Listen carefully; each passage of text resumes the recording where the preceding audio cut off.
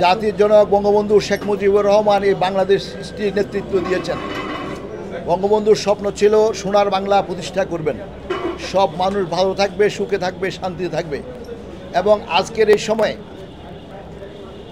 আমাদের মাননীয় প্রধানমন্ত্রী শেখ হাসিনা নেতৃত্ব দেওয়ার কারণে বাংলাদেশে ক্ষুধা দারিদ্রতা দূর হয়েছে, মানুষের আর্থসামাজিক অবস্থার উন্নতি হয়েছে, শিক্ষার মান বেড়েছে, স্বাস্থ্যসেবার অবস্থা উন্নতি হয়েছে। আমরা একসময় ভিক্ষুকের জাতি আর মস্কিনের জাতি হিসাবে পরিচিত ছিলাম, সেখান থেকে আজকে আমরা আত্মপ্রত্যয়শীল জাতি, উন্নয়নশীল দেশে রূপান্তরিত হয়েছি। উন্নত দেশে রূপান্তরিত হওয়ার জন্য মাননীয় প্রধানমন্ত্রী শেখ হাসিনা একটা দীর্ঘমেয়াদী কর্মসূচি হাতে নিয়েছেন। এই অবস্থায় গোটা দেশকে যে আশা আকাঙ্ক্ষা স্বপ্ন সম্পূর্ণ ধ্বংস করে দেওয়ার জন্য একটি অপশক্তি, যারা স্বাধীনতা যুদ্ধে বাংলাদেশের স্বাধীনতার বিরোধিতা করেছিলেন, তারা বিভিন্ন সময় এ বাংলাদেশকে যারা মেনে নিতে পারেন নাই, বাংলাদেশকে এরকম এগিয়ে যাওয়া যাদের কাছে অনেক কষ্টের, তারা সব সময় তারা চেষ্টা করে একটা যে কোনো একটা উছিল্লায় বাংলাদেশে একটা তাণ্ডব সৃষ্টি করে, বাংলাদেশের মানুষের মধ্যে ভুলভ্রান্তি সৃষ্টি করে গোটা দেশটাকে একটা অস্থিতিশীল করে আবার ধ্বংসপ্রাপ্ত একটা দেশে রূপান্তরিত করতে পারে, এরকম একটা অপচেষ্টা তারা চালায়। আজকের এই সময় আমাদের কোমলমতি ছাত্রছাত্রীরা তারা কোটার ব্যাপারে একটা তাদের ন্যায্য দাবি বিবেচনা করে তারা আন্দোলন করেছেন এবং সরকার সে আন্দোলনের সাথে পুরাপুরি একমত পোষণ করে তাদের দাবিটা পূরণের জন্য যেহেতু বিচার বিভাগের মাধ্যম দিয়ে মহামান্য আদালত যেহেতু রায় দিয়েছে, অতএব সে মহামান্য আদালতের মাধ্যমে ছাড়া সরকারের পক্ষে একটা প্রজ্ঞাপন জারি করা সম্ভব নয়। এবং এই কথাটা ছাত্রদের কাছে জানি পৌঁছানোর চেষ্টা করা হয়েছে, তেমনিভাবে আদালতে আপিল করা হয়েছে। এবং পরিস্থিতি অনুযায়ী যেহেতু 1 মাস 2 মাসের ভিতরে কোনো চাকরি হবে না, বিসিএস একটা বেসকে চাকরি দিতে অন্তত 6 মাস 7 মাস সময় লাগে। তবে ছাত্রদেরকে বলা হয়েছে তোমাদের দাবিটাকে সরকার বিবেচনায় নিয়েছে এবং এটা অনুযায়ী কাজ করা হচ্ছে। মহামান্য আদালত এটাকে হিয়ারিং করার জন্য একটা নির্দিষ্ট ডেট দিয়েছে। পরবর্তীতে এই পরিস্থিতিকে অনুধাবন করে আবার সরকারের পক্ষ থেকে অ্যাটর্নি জেনারেলের মাধ্যমে মহামান্য আদালতের কাছে আবার পুনরায় আবেদন করা হয়েছে টাইমটা একটু আগেই নিয়ে আসার জন্য।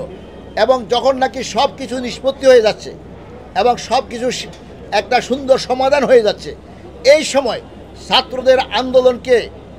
ছাত্রদের এই গণতান্ত্রিক আন্দোলনকে ফাঁকে এটাকে পুঁজি করে সারা বাংলাদেশে একটা তাণ্ডব চালানোর জন্য ব্যবস্থা করা হয়েছে। এবং এই তাণ্ডবের মাধ্যম দিয়ে বাংলাদেশের অর্থনৈতিক অবস্থার উন্নতি, মানুষের যে সামগ্রিক উন্নতি, শিক্ষা, স্বাস্থ্য, যোগাযোগ ব্যবস্থা সহ দেশের যে সুনাম সব নষ্ট করে দেওয়ার জন্য অপশক্তি আবার তৎপর হয়ে বাংলাদেশে যে ঘৃণাত্মক যে ধ্বংসাত্মক কাজ করেছে। আমি আপনার আজকে আমাদের মেয়র সাহেব আয়োজন করেছেন, আপনাদেরকে ইনভাইট করেছেন, আপনারা এসেছেন এবং কাউন্সিলররাও এখানে উপস্থিত আছেন, আমাদের সচিব সাহেব উপস্থিত আছেন এবং সিটি কর্পোরেশনের কর্মকর্তারা আছেন। আমরা এসেছি এই ধ্বংস কিভাবে করে।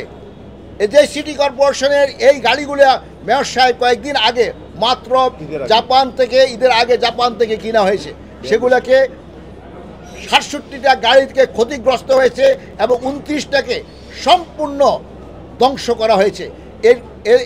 এই গাড়িগুলো কি কাজ করে? মানুষের যে সমস্ত গৃহস্থালী বর্জ্য, দোকানের বর্জ্য, রাস্তাঘাটের বর্জ্য তারা পরিষ্কার করে তারা মানুষকে স্বস্তিদায়ক জীবনযাপন করার সুযোগ করে দেয়। এটাকে এভাবে ধ্বংস করা হয়েছে। এবং আমাদের মেট্রো রেল, এই মেট্রো রেল আজকে এখানে আমি কিছুদিন আগে এসেছিলাম, যখন নাকি ফুল ট্রাফিক সময়, সে সময় আমি কোনো জাম পাইনি। আজকে এখানে আমি আসতে গিয়ে এখনও মনে হয় 10% গাড়িও রাস্তায় আসে নাই। এখনও যে পরিমাণ জাম সৃষ্টি হয়েছে, আমাকে কয়েকজনে বলতেছে যে মেট্রো রেল না থাকাতে আজকে অবস্থা এবং আগামীকাল থেকে মানুষের কি অবস্থা হবে। এটা মাননীয় প্রধানমন্ত্রী বিবেচনা বুঝেছেন বলে উনি মেট্রো রেলের কাজ আরম্ভ করছেন। আগে 2-3 লক্ষ লোক এখান দিয়ে আসা যাওয়া করে এবং সেটাকে আজকে অকার্যকর করে দিলেন। তো আমি প্রিয় সাংবাদিকবৃন্দ, এ দেশটি আমাদের দেশ, এ দেশটি 30 লক্ষ শহীদের রক্তের বিনিময়ে অর্জিত দেশ। এ দেশটি বঙ্গবন্ধু শেখ মুজিবুর রহমানের নেতৃত্বে আমরা অর্জন করেছি একটা স্বপ্ন নিয়ে। আমাদের স্বপ্ন যে সমস্ত ষড়যন্ত্রকারী যারা দুঃসাৎ করে দেওয়ার চেষ্টা করে তাদের ব্যাপারে জনমত গড়ে তোলার জন্য আপনাদেরকে আমি উদ্যত আহ্বান জানাই। আর পাশাপাশি একটি কথা বলবো, বিএনপি তাদেরকে রাজনৈতিক দল বলে, রাজনৈতিক দল যদি তারা বলে তাহলে তারা কি করে এই সমস্ত অপকর্মকে পৃষ্ঠপোষকতা করতে পারে? জামায়াত ইসলাম এবং বিএনপি তারা কি করে এই সমস্ত কাজকে আজকে তারা পৃষ্ঠপোষকতা করতে পারে? সারা পৃথিবীতে গণতান্ত্রিক আন্দোলন হয়, বাংলাদেশের গণতান্ত্রিক দেশ এবং শেখ হাসিনা গণতন্ত্রে বিশ্বাস করে সকল দল মত নির্বিশেষে সবাইকে ব্যবসা বাণিজ্য এবং সকল কিছু করার সুযোগ দেওয়া হয়েছে, আর তার বিনিময়ে এ দেশটাকে ধ্বংস করার চেষ্টা করা হচ্ছে। আমি আপনাদের প্রিয় সাংবাদিকবৃন্দ, আপনাদেরকে আমি অনুরোধ করব, স্ব অবস্থা থেকে দেশের নাগরিক হিসাবে, নাগরিকের দায়িত্ব হিসাবে আপনারা এ বিষয়ে আপনাদের স্ব অবস্থান থেকে দায়িত্ব পালন করবেন, এই আশাবাদ ব্যক্ত করছি। আমি আমাদের আতিক সাহেব এবং তাপস সাহেব সাথে প্রায় প্রতিদিনই আমার নিয়মিত যোগাযোগ ছিল এবং আমি ধন্যবাদ জানাই আপনাদের জননন্দিত মেয়র জনাব আতিকুল ইসলাম সাহেব। উনি তাৎক্ষণিকভাবে ব্যবস্থা নিয়েছেন এবং যে কারণে গতকাল আমাকে যে রিপোর্ট দিয়েছে প্রায় ৩,৫০০ টন বর্জ্য এরকম সীমিত সামর্থ্য তারা কিন্তু পরিষ্কার করেছেন এবং ঢাকা দক্ষিণেও একইভাবে তারা তাদের অবস্থান থেকে বর্জ্য অপসারণ করার জন্য তাদের যা সামর্থ্য আছে সে অনুযায়ী কাজ করেছেন। আমি একটা বিষয় বলি, আমার নির্দেশে দক্ষিণ সিটি কর্পোরেশন তাদের বর্জ্য অপসারণ করার জন্য মাঠে নেমেছিলেন। দক্ষিণ সিটি কর্পোরেশন এরকম অসংখ্য গাড়ি পোড়াইয়ে দেওয়া হয়েছে এবং তাদের বিভিন্ন স্থাপনাতে অগ্নিসংযোগ করা হয়েছে, ভাঙচুর করা হয়েছে।